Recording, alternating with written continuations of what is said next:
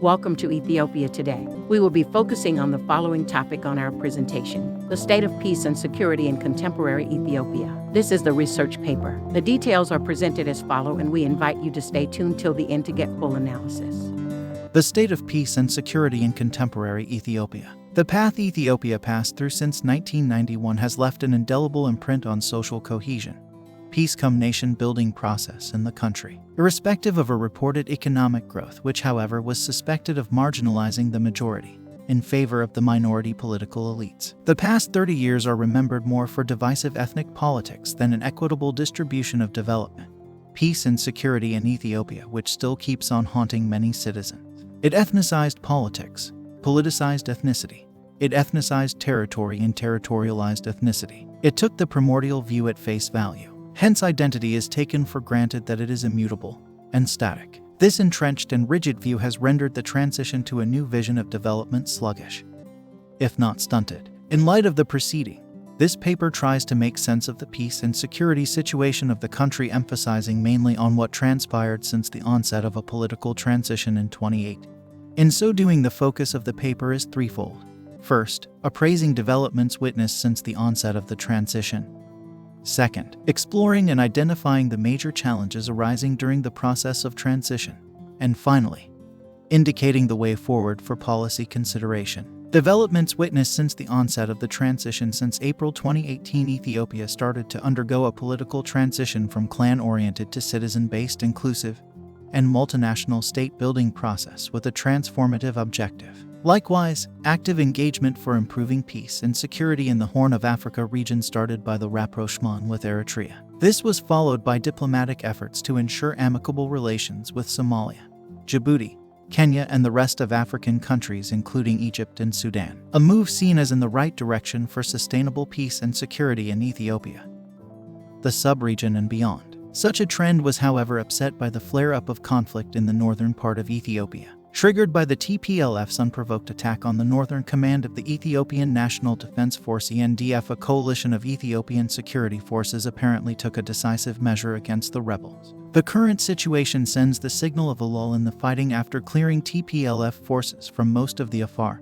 and Amhara regions, irrespective of reported sporadic attacks by TPLF forces on civilians in parts of the same regions. Laying foundations for inclusive governance and shared values to reunite multinational Ethiopia is the strongest achievement so far. Equally significant achievements thus far include the second round filling of the Great Ethiopian Renaissance Dam GERD successfully, which indicates the completion of 84%. Impressive women's participation in political leadership. Conducting the 6th national election, which was successful, credible, and transparent, as well as without any noted violence, where the will of the majority of the Ethiopian people was expressed and reflected. Green legacy for sustainable prosperity has a positive impact on climate change and environmental depletion. Establishment of commissions for peace and reconciliation, as well as administrative boundary and identity issues, which are now further expanded to engage in charting out conducive ways for a national dialogue to deal with the apparent deep division among the Ethiopian society, to mention just a few examples. Furthermore, thwarting of the rebels' move towards the capital, empowered by the Western fake news, misinformation, and propaganda campaign against a sovereign state, need to be underlined as a mark of invincible spirit. Major challenges arising from path dependency resistance to the current reform with a view to fragmenting and deleting the name Ethiopia from the world map mainly came from the constituency of ethno-linguistic politics, which did not work for the past 3 decades. In the same vein, the reform has faced challenges resulting from the systemic limitations of the ethno-linguistic federalism, whose genesis goes back to the way the pre-1991 Ethiopian nation-state building processes were perceived and articulated by the post-1991 leaders, which was entirely a monocausal approach to conflict resolution. This led to the spread of hatred, enmity, and suspicion among the whole society of Ethiopia, causing an unhealthy ethnic competition. The misperception and misconception of internal conflict as having only one root cause and one solution. Example: one root cause is ethnic identity question, and one answer is ethnic politics, made Ethiopia pay high price. Moreover, in the context of the conflict in the northern part of the country, the flagrant intervention in a sovereign and independent nation's internal affairs by the West, particularly the USA, going as far as issuing instructions to the Ethiopian government what to do and what not to do, as if the country is an extension of their territorial entity, has caused anger and rage among the Ethiopian people. Insidious conspiracy against Ethiopia has been brewing in the belly of some of the UN actors related to the current internal conflict. This internationalization of internal conflict has brought about a Herculean task on the government and the people of Ethiopia. Despicable atrocities committed against citizens in Amhara, Tigray, and Afar regions of Ethiopia. Incalculable damages done to human lives, the environment, properties of innocent citizens are the most outstanding challenges Ethiopia is facing today. Schools, hospitals, and infrastructure that support social institutions have been made out of use by the conflict.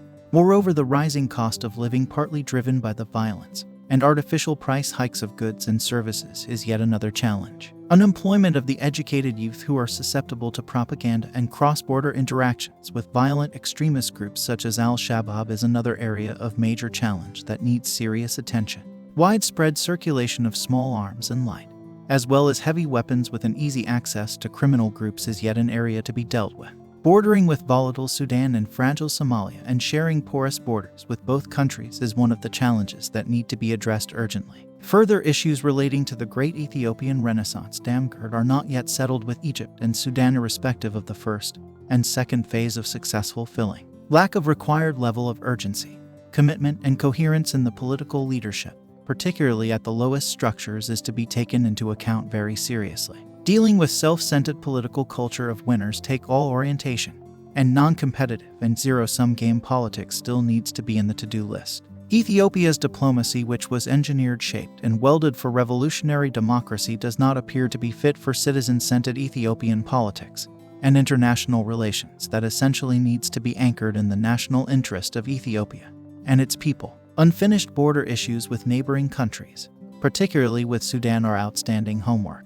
The condition of peace that prevails in the country needing utmost attention from the citizens and the leadership at every level. The way forward. Takeaways for policy consideration to deal with the above challenges and for a viable future. Therefore, collective, coordinated, proactive, and visionary actions should be taken preemptively. Once internal violence is unleashed, as we witness in Ethiopia, it will be difficult to contain the COVID-19 pandemic, as evidenced in Rwanda and Yugoslavia in the 1990s.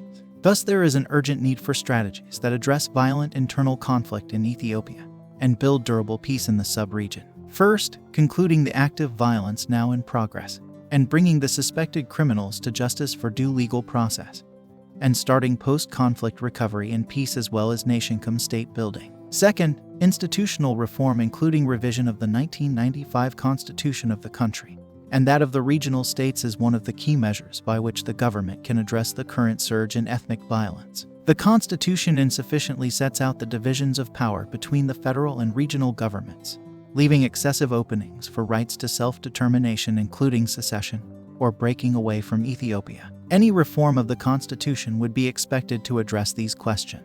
It should be emphasized, however, that any type of constitutional reform will need to be very carefully crafted not to embolden centrifugal forces or increase the ethnic competition it aims to alleviate. Third, to deal with the structural causes and dynamics of internal conflicts, it is vital that dialogue should be promoted and peace education provided. Civil society and academia should play significant roles in facilitating dialogue and interactions. Academia needs to engage in peace research, peace building, and provision of peace education to deal with the underlying causes of ethnic violence and its impacts, both immediate and long-term. Such courses can be provided from kindergarten through to the university levels to entrench a culture of peace in Ethiopia. Its contents need to pinpoint sources of conflict, peaceful ways of handling conflicts, communication strategies and skills, the meaning and ways of preventing violence, and other pertinent components of peace and conflict studies. It would contribute to transforming Ethiopia's political culture from clan and ethnic-based to civic and citizen-based politics. Fourth, it's worth underlining at this juncture that pledging allegiance to one's own ethnic identity group is a universal practice in human communities and needs to be accepted and respected. The problem only arises when ethnicity becomes an organizing principle of politics, economy, security, foreign policy, and the entire polity of a nation. This can lead to ethnic extremism, as has been the case in Ethiopia for the last 3 decades. Therefore, it is imperative to strike a balance between ethnic identity and citizenship politics. That said, The collective as well as individual ethnic identity of every Ethiopian should be respected, while at the same time Ethiopian national identity needs to be stressed. Fifth, the state machinery, including the federal government regional states relationship, is in need of profound reform. However, in doing so, it may be counterproductive to pour new wine into old bottles. Sixth, continuous and deeper reform in the security sector is needed to ensure that the complex configuration of security forces, the Army, Federal Police, Regional Special Police, and Militia, will effectively cooperate in addressing violent internal conflicts. Seventh, strengthening sub-regional organizations such as the Intergovernmental Authority on Development, IGAD, for collective action against violent extremists such as Al-Shabaab in the Horn of Africa is of paramount significance. It should be underlined here that contemporary peace and security issues in the Horn of Africa are fused with the Horn's own cleavages, while domestic and regional balances of power are shifting. In spite of these security predicaments, there are economic opportunities emerging from foreign rivalries played out in the Horn. Policymakers have apparently taken into account the increasing strategic relevance of the region to a variety of foreign actors, and they include the role of foreign influences, particularly of the Gulf states, China and Turkey, into their thinking on the economics, politics, and security of the Horn's ports and the region. So, a new and innovative approach to contemporary peace and security in the Horn of Africa is at the forefront. Existing institutions and policies need to become fully capable of introducing a new regionalism in the Horn of Africa. What are still rampant in the sub-region, as one can observe on the ground, can be listed as follows: neo-patrimonialism, clientelism, corruption, political and economic marginalization, nepotism, ethnic or clan-based politics, with attendant internal displacement of persons on the basis of their ethnic identity, and dysfunctional state apparatus. These practices are indeed further weakening the social fabric and state institutions. So is why collective regional response to such melees, which serves as breeding place and safe haven for violent extremists, shall be in order. Eighth, in addition, the current reform in Ethiopia, which aims at building sustainable peace and development in the country, and the sub-region, needs to be given stronger internal institutional tools and support at sub-regional or regional and global levels, since failure thereof will have negative implications for the stability of Ethiopia, the Horn of Africa, and beyond. Once again, bringing an end to the ongoing conflict, and as soon as the violence ceased, holding suspected criminals to account at a court of law, starting negotiation,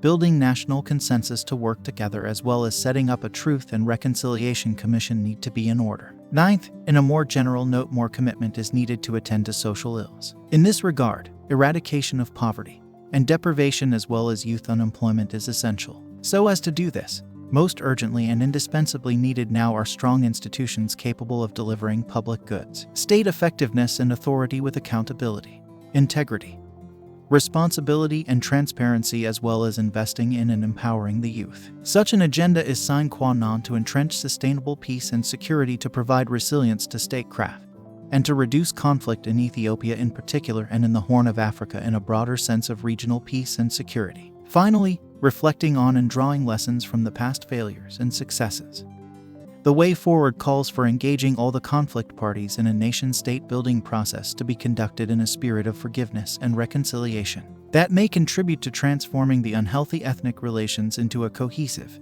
diverse, peaceful, prosperous and resilient multinational Ethiopia with positive spillover to the Horn of Africa. The author of this script is Dr. Yonas Adaye. Yonas Adaye is an associate professor of peace studies. He earned his PhD from University of Bradford, UK in peace studies. He is director of the Institute for Peace and Security Studies at Addis Ababa University, Ethiopia. Dr. Yonas has published peer-reviewed articles and book chapters on peace building, conflict resolution, security sector governance, peace education, preventing violent extremism, diplomacy, international relations, and global and regional security in international journals and books. Currently, Dr. Yonas Adaye is appointed as one of the 11 commissioners by the Parliament for the National Dialogue Commission. Are you looking for professional website and secure web hosting services? If so, you have come to the right place. Everything you can imagine is real. For us, impossible is just an opinion. As all our experts are highly professional and friendly, the digital home of your business is in safe hands and no more technical pressure on you. If you require a charity website, we have 20% off. Our team has already delivered great projects with highest standards which our customers always love.